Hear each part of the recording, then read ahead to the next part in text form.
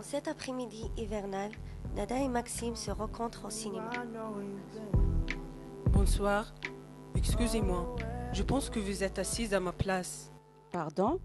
Je pensais que c'était la mienne. Je vais vérifier sur mon billet. Non, ne t'embête pas. Est-ce que la place près de toi est libre? Tu es venue seule ou tu attends quelqu'un? Je suis venue seule. Tu peux t'asseoir? Merci. C'est la première fois que tu viens voir ce film? Oui. Et toi? Moi, je viens pour la deuxième fois. J'ai tellement aimé le film que j'ai eu l'envie de le revoir. J'espère que tu l'aimeras toi aussi. Oui, j'ai vu la bande-annonce. Il a l'air super.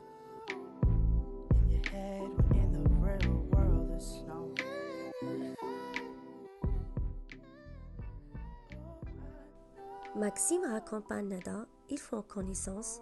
Elle apprécie ce moment mais prend conscience que Maxime est le fils du pire ennemi de son père. Alors, t'as aimé? Oui, c'était génial. Tu avais raison. En fait, je me rends compte qu'on a discuté, mais je ne connais toujours pas ton prénom. Je m'appelle Nada. Et toi? Moi, c'est Maxime, Maxime de la Rose. Ça te dit qu'on mange ensemble? On parlera du film. J'aurais vraiment aimé, mais il se fait tard. Je dois rentrer. Dans ce cas, je peux t'accompagner. Enfin, si tu le veux, bien sûr. Oui, d'accord. Soleiman, le père de Nada, délégué syndical, et Paul Delarose, le père de Maxime, le patron le plus grand entreprise de la région, se retrouvent lors d'une réunion. Les deux hommes ne s'apprécient pas et Soleiman est plein de revendications. Bonjour, monsieur Hamouda. Vous voulez m'avoir? Bonjour, monsieur Delarose. Ça fait plusieurs semaines que je dois vous voir. Vous savez à quel point mon emploi de temps est chargé en cette période de fête? Oui, justement. L'emploi du temps de vos salariés est bien chargé. Certains ont fait beaucoup d'heures et n'ont pas été payés. Oui. Eh bien, on verra ça plus tard. Les employés doivent faire des efforts pour les entreprises. Avec toute la fermeture de magasins, ils devraient être très contents d'avoir encore un emploi. Attention, monsieur Delarose. C'est complètement illégal. Cette histoire peut aller très loin. Le syndicat demandera les droits de tous les salariés. D'accord. Bon, monsieur Hamouda, si vous avez terminé, j'ai du travail. Chez les Delarose, Maxime parle de sa rencontre avec Nada. Bonsoir Maxime, tu rentres tard, tu étais où? Oui, j'ai un peu traîné. J'étais au cinéma. Tu étais au cinéma, tout seul? J'ai été seule, mais j'ai rencontré une fille. Une fille? Et comment s'appelle-t-elle? Elle s'appelle Nada. Elle fait des études de droit. Nada? Nada comment? De quelle famille vient-elle? Je ne sais pas. Ah bon? Tu rencontres une fille et tu ne demandes pas son nom de famille? C'est pourtant important. Il vient d'où cette Nada? Un quartier au sud de l'île, le boulevard du Metz. Le boulevard de quoi? Je n'en ai jamais entendu parler. Ce n'est pas un bon quartier. Je ne connais personne de bien venant de ces quartiers.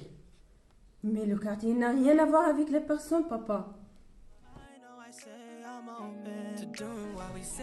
Nada rentre chez elle, salue ses parents, retrouve sa sœur dans sa chambre et parle de sa rencontre.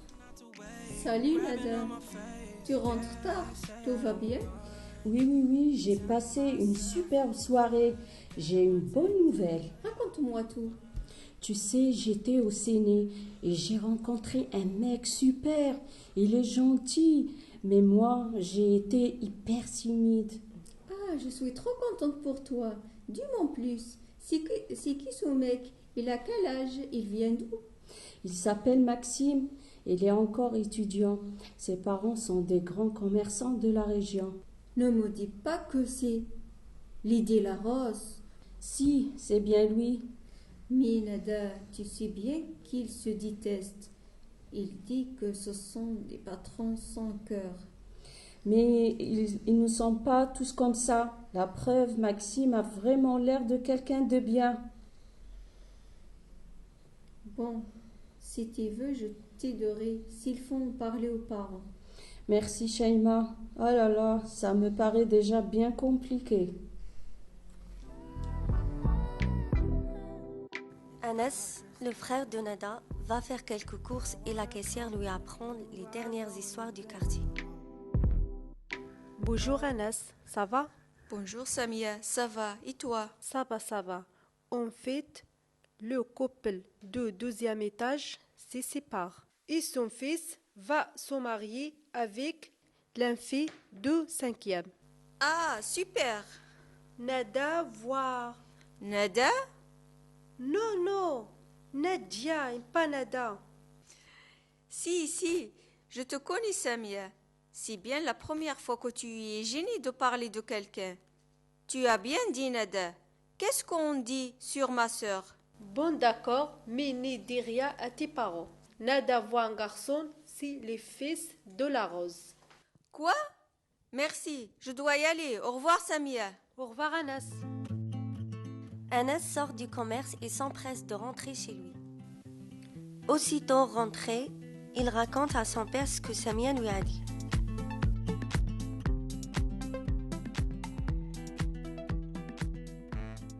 Nada, viens par là. Il paraît qu'on t'a vu hier avec un garçon. Oui, papa, je sortais du cinéma.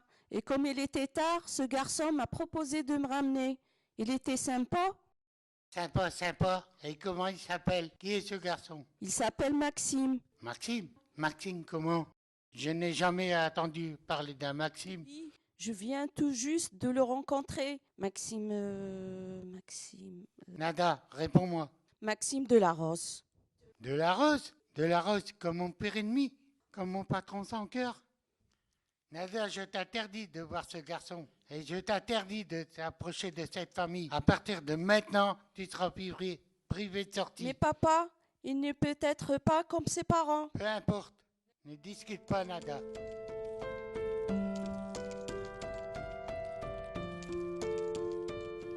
Par hasard, Daniela, la meilleure amie de Nada, croise Maxime en bas de l'immeuble. Hey Maxime, ça va? Qu'est-ce que tu fais là? Je cherche Nada, ou avoir de ses nouvelles. Cela fait plusieurs jours que je ne l'ai pas vue. Tu as pu la croiser?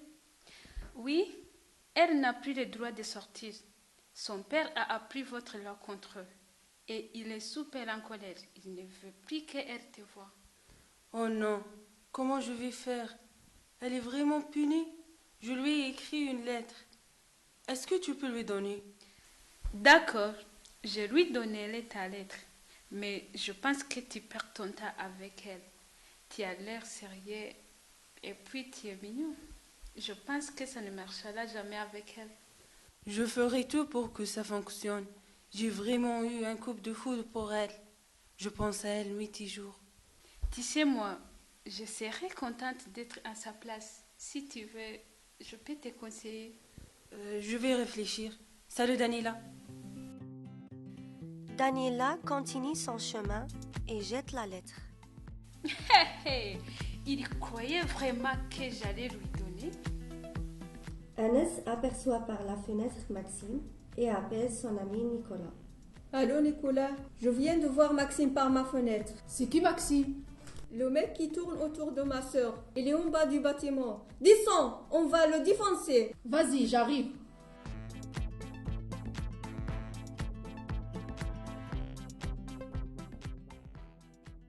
Et toi, qu'est-ce que tu fais là? J'attends quelqu'un. Tu connais des gens ici, toi? Dégage.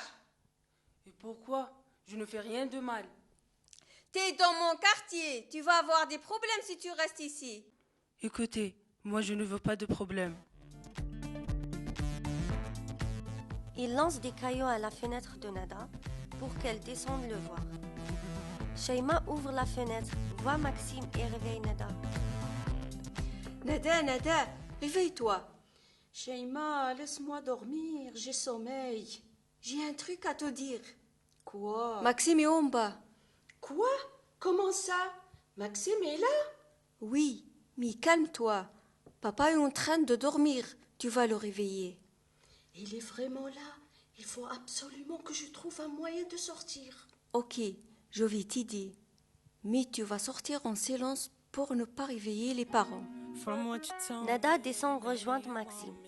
Pendant ce temps, Maxime attend Nada quand soudain il croise Daniel. Hi Daniela, ça fait 10 jours que je cherche à avoir des nouvelles de Nada. J'ai même eu le malheur de rencontrer son frère en la cherchant. Dis donc, tu as pris des risques pour elle? Dis-moi, elle a bien eu ma lettre? Oui, mais comme je te l'ai dit, tu perds ton temps avec elle. Mais tu sais, moi, je suis là. Mais ce n'est pas vrai. Je rêve. Qu'est-ce que vous faites tous les deux? Nada, ce n'est pas ce que tu crois. On parlait seulement. Pourtant, vous sembliez bien proches pour une simple conversation. J'ai tout vu. Nada, j'étais venue pour te voir. Pour me voir. Alors, qu'est-ce que tu fais avec elle? Tu sais, les problèmes que j'ai eus avec ma famille. Et toi, tu oses venir ici et draguer ma meilleure amie. Et toi, Daniela, qu'est-ce que tu fais? C'est pourtant à toi que je me confie. Tu m'as trahi. Nada trouve ses parents qu'elle pensait endormis. T'étais où? J'étais avec ma copine Daniela pendant à peine 5 minutes. Avec ta copine? À cette heure-ci? Tu es pourtant puni. Mais je n'en peux plus d'être dans ma chambre. Je ne veux rien attendre, Nada. Ça suffit, Nada. Je ne veux plus te voir ici. Va-t'en. Comment ça? Tu ne veux plus me voir? Je vais aller où alors? Arrêtez de crier. On va réveiller tous les voisins. Nada, ton père a raison. Dans cette maison, il y a des règles et tu dois les respecter. Mais papa, maman? Sors, Nada. Nada est obligée de quitter la maison et s'asseoir en bas de l'immeuble.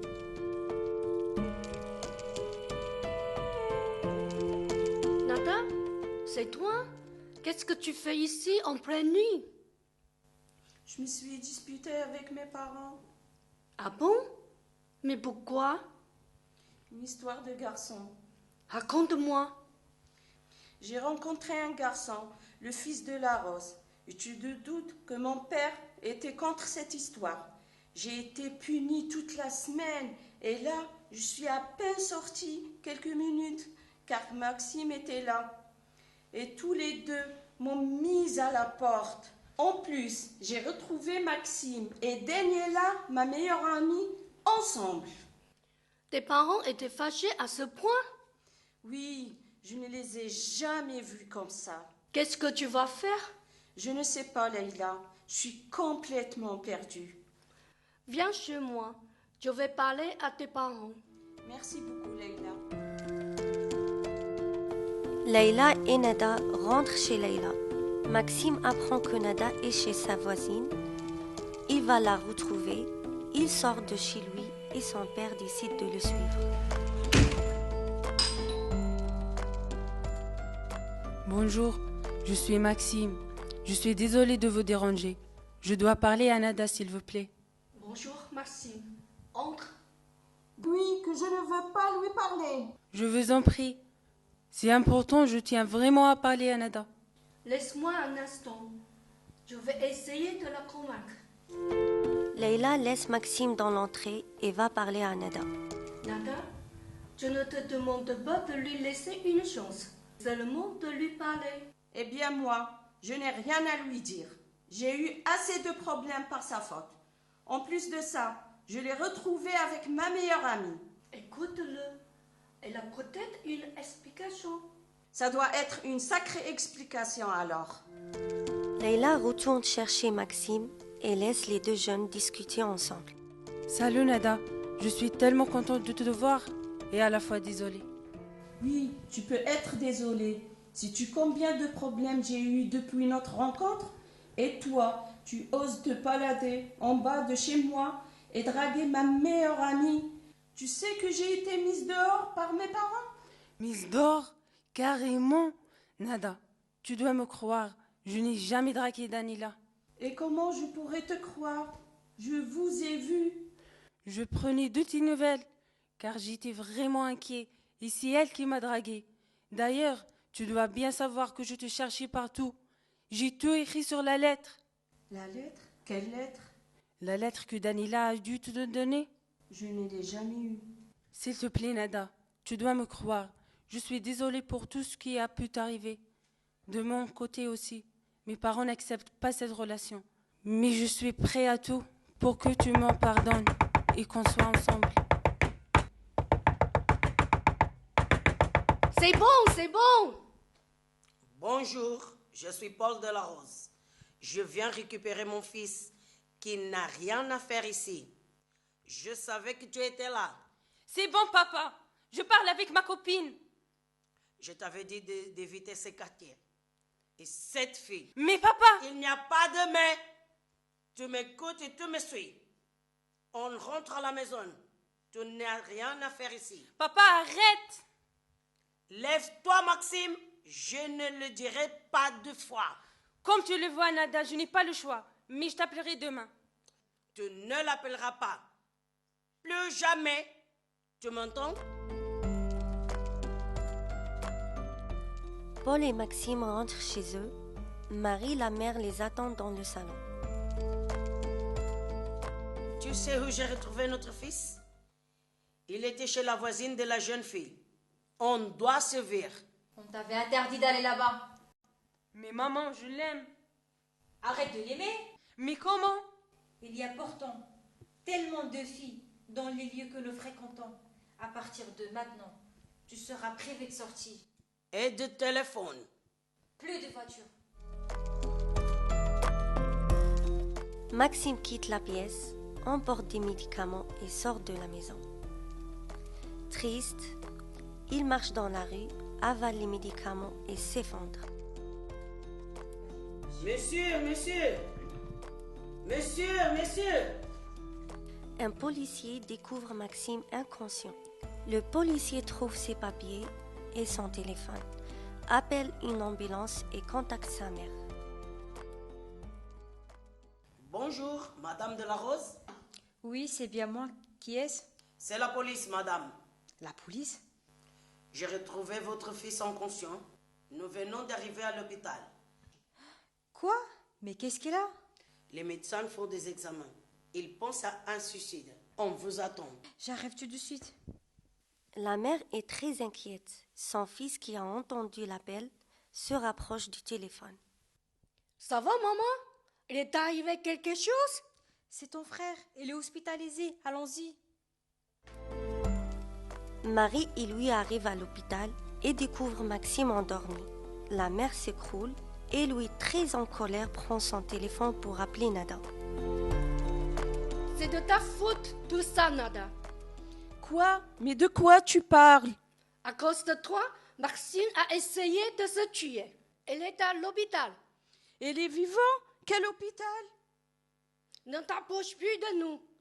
Je t'en prie, dis-moi de quel hôpital il s'agit. Au CHU. Leïla, qui a tout entendu, décide d'accompagner Nada à l'hôpital. Nada et Leïla arrivent à l'hôpital et voient la mère et le frère de Maxime. Tu dois être Nada? Oui, c'est bien moi. Je vous jure, je n'ai jamais voulu ça. Je suis morte d'inquiétude. Je sais. Tu n'es pas responsable de tout ça. Les médecins sont passés. Maxime n'est plus en danger. Il restera en observation quelques heures. Elle pourra rentrer à la maison. Ouf, je suis soulagée. Vous savez, ces 2 jeunes s'aiment.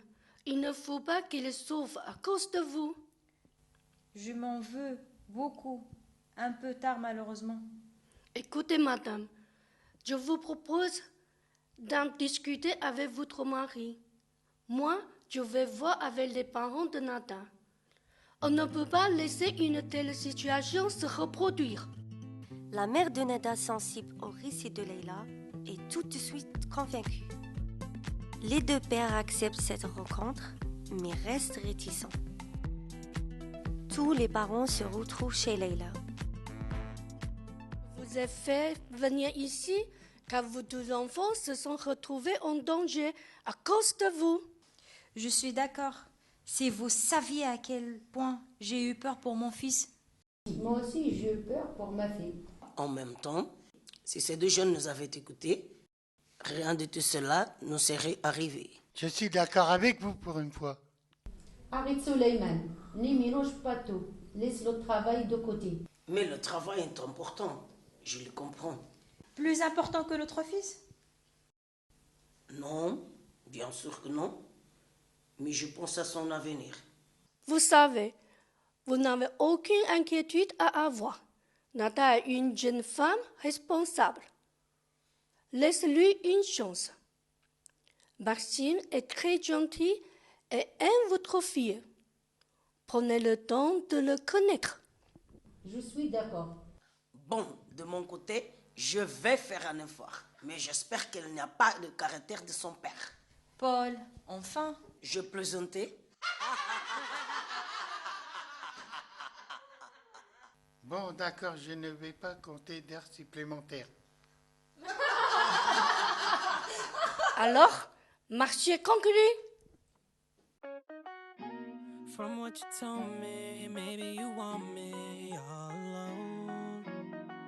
But it's all you show me. I ain't the only one that be giving you love. Maxime et Nada se promènent et s'enlacent. What we say is okay, a place to escape, erase all the pain, taking off your chain, saying not to wait, grabbing on my face. Yeah, I say I don't mind, telling myself all night that I'm addicted, but I'll be fine, that I'm inflicted to what is right.